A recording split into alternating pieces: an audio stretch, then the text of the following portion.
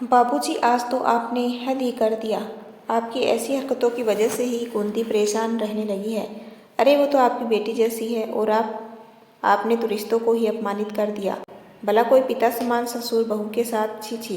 बेटे किशोर के मुंह से ऐसी ओछी बात सुनकर नवल जी की नज़रें उठ ही नहीं पा रही थी। सामने बिस्तर पर किशोर की पत्नी कुंती अपने 2 साल के बच्चे कुश के साथ सो रही थी। उसकी हालत ऐसी नहीं थी कि वो कुछ बोल भी सके। वैसे भी बेहोशी की हालत में किसी को क्या ही सूझ सकता है। कुछ माँ की छाती से चिपक कर दूध पीने के लिए चित्कार रहा था, पर बेहोश माँ को बच्चे की सुध ही कहाँ थी। नवल बाबूजी एक हाथ में दूध की बोतल लिए दूसरा हाथ सिर पर रखे नजरें झुकाए दूसरे कमरे में बैठे हुए थे। किशोर कुंती को होश में लाने की कोशिश कर रहा था। कुछ समय बाद जब कुंती को होश आया, वो झट से कुश को सीने से लगा दूध पिलाने लगी और पूछी, बाबूजी कहाँ हैं? तुम सच कहती थी कुंती, जब से माँ गई बाबूजी बहुत अजीब हो गए हैं। वो हमेशा तुम्हारे आसपास ही मंडराते रहते। आज तो मैंने खुद ही देख लिया। अब वो इस घर में नहीं रह सकते। मैं उन्हें वृद्धाश्रम भेज कर रहूँगा। यहाँ रहेंगे तो तुम्हें भी हमेशा डर बना रहेगा और मैं भी चिंता और श्रम के मारे कहीं मुँह दिखाने लायक न रहूँगा। किशोर ने कहा, वो मैं तुमसे कहती रहती थी ना, पर आज समझ आया बाबूजी मेरे आसपास ही क्यों। किशोर, तुम भी जानते हो मुझे अचानक से दौरा पड़ने लगता है और मैं गिर जाती हूँ। 2 महीने पहले तक तो माँ जी साथ साथ रहती थी, वो संभाल लेती थी मुझे और उतने में बाबूजी उसको देख लेते थे। आज भी मेरे साथ वही हुआ। मैं उसको गोद में लेकर रसोई घर में जा रही थी उसके लिए दूध लाने ताकि वो पीकर सो जाए, पर अचानक मुझे दौरा पड़ा और मैं गिर गई। बाबूजी वहीं पास में थे मुझे लिए दूध लाने ताकि वो पीकर सो जाए, पर अचानक मुझे दौरा पड़ा और मैं गिर उठाकर बिस्तर पर लाए होंगे तभी तुम आ गए। हम गलत सोच रहे थे किशोर, वो तो पिता की तरह मेरा ख्याल रख रहे थे। उसके लिए पक्का वो दूध भी लेकर आ गए होंगे, पर ये बदमाश माँ के साथ चिपक कर पीने के चक्कर में दादाजी की गोदी भी नहीं गया होगा। बाबूजी किधर हैं? तुमने कुछ कहा तो नहीं उनसे? तुम इतने गुस्से में बोल रहे हो, मतलब तुमने उन्हें कुछ तो कहा ही होगा। कहते हुए कुंती खुद को संभालते हुए बाबूजी के पास गई और देखा तो सच में उनके हाथ में दूध की बोतल थी। बाबूजी, हम आपको गलत समझ बैठे।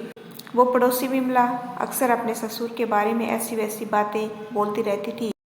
बस हमें भी यही डर सताने लगा, कहीं आप ही तो। मैं बहुत गलत सोच गई बाबूजी, मुझे माफ़ कर दीजिए। कुंती बाबूजी के पैर पकड़कर रोने लगी। बहु रिश्तों के बीच विश्वास का एक पतला धागा होता है। जब वो टूट जाए तो उसे जोड़ने की कोशिश कितनी भी कर लो, उसमें फिर गांठ पड़ जाती है, जिसे हम चाहे कितनी ही मजबूती से क्यों न बांध दें। ना तो पहले सी मजबूती आती है, ना ही गांठ मजबूत हो सकती। वो फिर खुल जाएगी और रिश्ते टूट जाएंगे। मुझे तो मनोरमा ने आखिरी समय तक यही कहा, देखो जी, हमारी बहू का ज़्यादा ध्यान रखना होता है। वो कभी भी चक्कर खाकर गिर पड़ती, फिर उसके चक्कर में अपना ध्यान नहीं रखती। ऐसे में जब किशोर ना हो, आप उसका विशेष ध्यान रखना। बहू हमारी बेटी जैसी ही है जी, तो उसकी माँ ना भी साथ हो तो पिता तो साथ रहेगा ना। बस मैं यही सोचकर बहू और उसका तुम्हारे पीछे पूरा ध्यान रखने की कोशिश करता था, पर पता नहीं था तुम लोगों की सोच इतनी घटिया हो सकती है। न जाने मनोरमा की आत्मा को आज कैसा महसूस हो रहा होगा।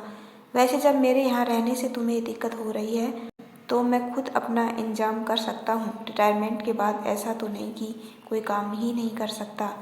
नवल जी ने कहा। बेटा बहू दोनों बहुत माफ़ी मांगते रहे, पर नवल जी के दिल को लगी चोट का दर्द बस वही समझ सकते थे। रात को बिना खाना खाए कमरे में जाकर सो गए। दूसरे दिन फिर किशोर पिता से माफ़ी मांगने कमरे में गया तो देखा फिर गहरी नींद में सो रहे थे। उन्हें उठाने की कोशिश किया तो वो हिले तक नहीं। नींद के आगोश में ही वो सदा के लिए सो चुके थे। बेटे बहू का ऐसा इंजाम वो बर्दाश्त न कर सके, सब कुछ छोड़कर मनोरमा जी के पास चल दिए थे। आजकल सास ससुर के साथ रहना बहू को नागवार गुजरता है। ऐसे में सास के ना होने पर ससुर पर आरोप लगाने से भी कितनी बहुएं बाज नहीं आती, और कभी कभी नतीजा इस रूप में भी निकल कर आता है। इस कहानी पर अपनी प्रतिक्रिया जरूर दें। कहानी पसंद आए तो कृपया उसे लाइक करें और कमेंट करें। यदि आपको मेरा छोटा सा प्रयास अच्छा लगा हो तो चैनल को लाइक शेयर एंड सब्सक्राइब कीजिए। आपका अपना कीमती समय देने के लिए दिल से धन्यवाद।